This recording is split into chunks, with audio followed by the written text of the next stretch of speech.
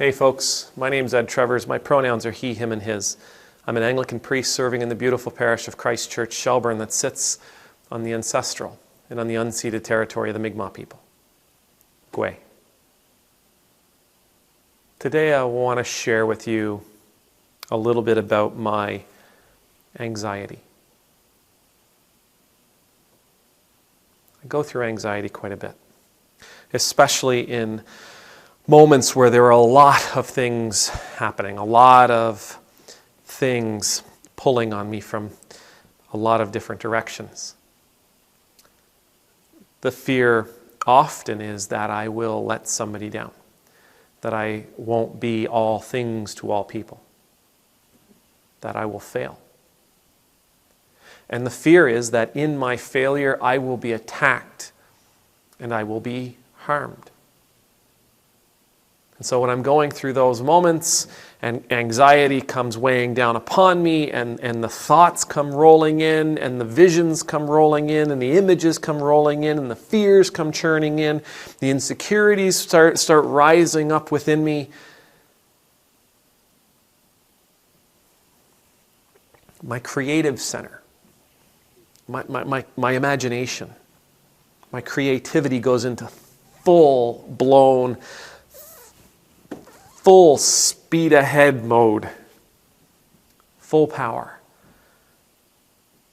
My brain, because of the anxiety that I'm feeling, my brain taps into what I think is one of my greatest gifts, which is my imagination, and it puts that imagination to use,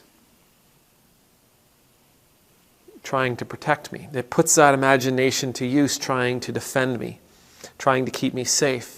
And by doing so, my imagination then takes all these anxieties, all these fears, all these insecurities, and it begins opening them up and processing them and trying to imagine how they will unfold into the future or how they got to the place that they are. It'll try to make sense of why I'm feeling the way that I'm feeling in an effort to make me feel safe.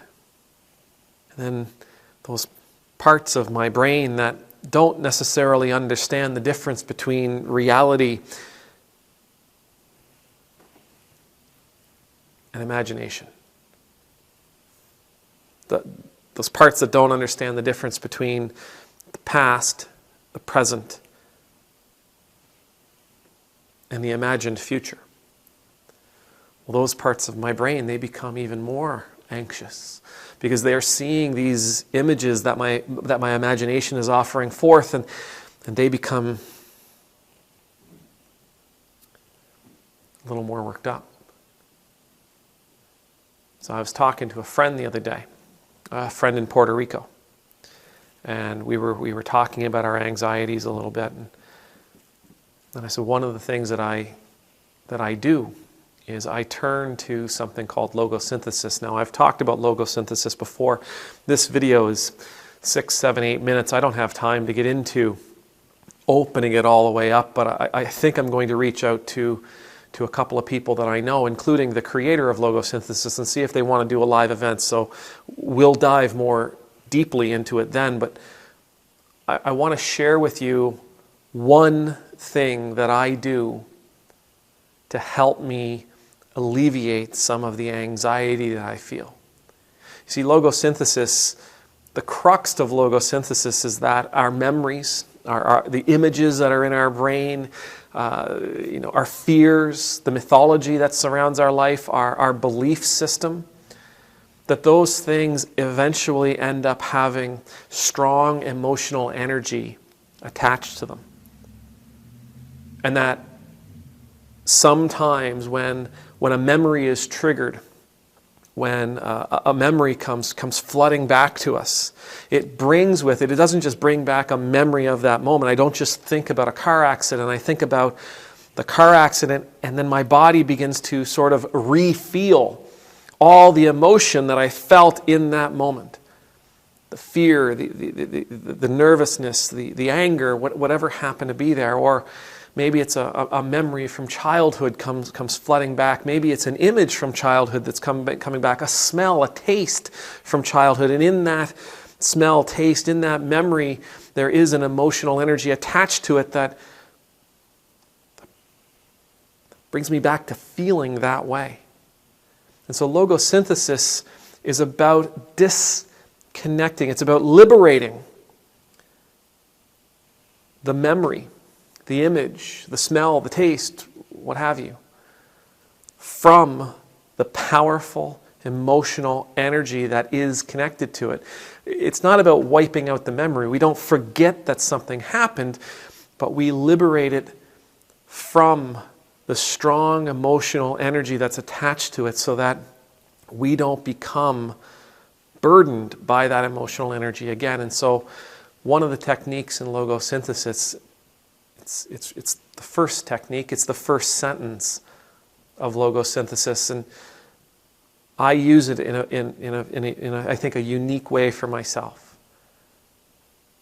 I take the image that I'm seeing, whatever that image happens to be. So let's say I'm afraid I'm going to disappoint somebody, and my brain is showing me an image of that person being disappointed with me and telling me how I failed, and that my brain is showing me an image. It's playing a movie of the interaction and how it will all unfold, where it will unfold, who else will be around, what those other people may say, what I will say as a rebuttal. I begin taking the image, taking the movie apart, and I say these words over the various aspects of the movie, of the image, of that imaginary moment.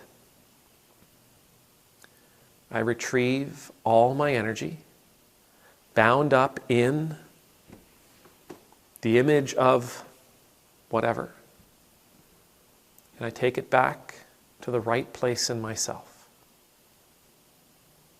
When I'm feeling especially prayerful, with God's power, with God's help, I retrieve all my energy bound up in the image of Jim's angry face yelling at me, and I take it back to the right place in myself. With God's help, I retrieve all my energy bound up in the image of the pub's bar, bound up in the image of a half-drinking pint, bound up in the image of whatever. And I take it back to the right place in myself. Doing so, for me, 3 a.m, when I can't sleep,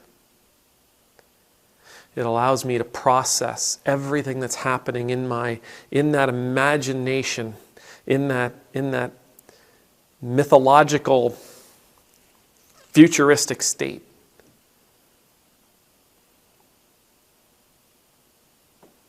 And let it drift away like smoke. I don't try to solve anything. I don't try to fix anything. I don't try to tell myself why I'm feeling that way and how I shouldn't be feeling that way. I don't try to resolve the situation that is leading to that fictitious image, that fictitious narrative. I simply say words that detach the strong emotional energy that I'm feeling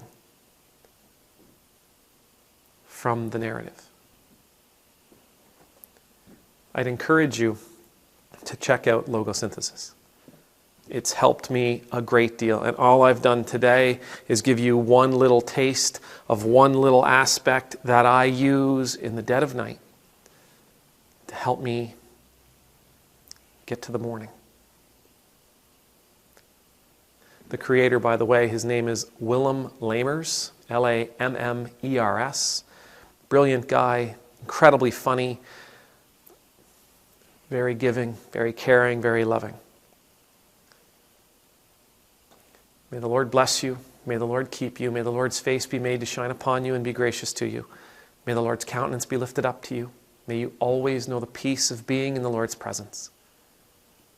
I pray that when those moments of stress and anxiety, when those moments of change, when those moments of torment,